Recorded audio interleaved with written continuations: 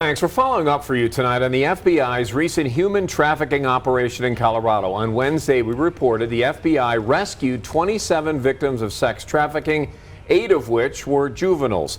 The FBI has partnered with multiple Colorado organizations to help the survivors. News 5's Eleanor Sheehan in studio. Eleanor, one of these groups in the Springs, how did they assist survivors in the operation?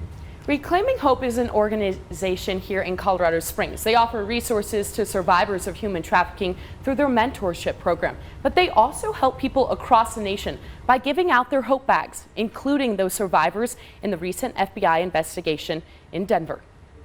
So we sent out hundreds of our bags across the nation at the request nationally of the FBI. Reclaiming Hope in Colorado Springs works with law enforcement agencies in all 50 states to provide them with Hope bags. Our investigators do not have budgets to provide hoodies and t-shirts and underwear and hygiene items. Reclaiming Hope fills these black bags to give to survivors of human trafficking. Band-aids to help with the blisters that they have gotten from wearing stilettos or shoes that were not their size. A toothbrush, some chapstick, lotion, a blanket, and even a stuffed animal. And we include a handwritten note that just is something they can go back to time and again to remind them that their future will be different than the past. Reclaiming Hope says survivors have a long road to recovery, and these small items are just the first step. Across town, the organization TESSA helps survivors find a safe home and a job. Human Trafficking Program Manager Bailey Thierry says human trafficking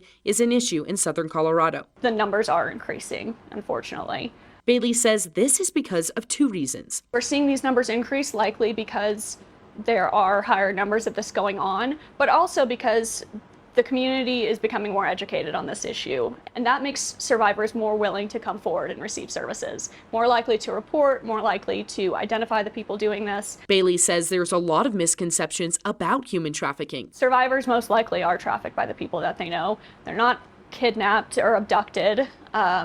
It's not nearly as violent, and it happens here. One of the girls who was recovered in that Denver operation in July was being trafficked by her father because he wanted drugs. Both organizations say kidnapping into trafficking does not happen often. Another misconception is that trafficking can only happen to children. Everyone of every gender, of every age, are being trafficked. Traffickers typically target people who are most vulnerable. Youth in foster care specifically, the homeless population, those who might have mental health concerns or addictions. Bailey encourages people to be less judgmental. You might hear some dark things, but this person is a survivor and has gone through traumas that we can't even understand. Reclaiming Hope says they will continue to make Hope bags and walk side by side with survivors to help them recover. When your own family are the people who have used and abused you, it's hard to rebuild trust.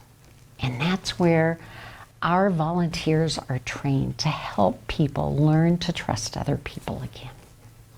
Since they started, Reclaiming Hope has shipped over 1,000 bags and nearly 40,000 items to survivors. Tessa says they've seen a 60% increase in the amount of people who have reached out to them for their support services surrounding human trafficking.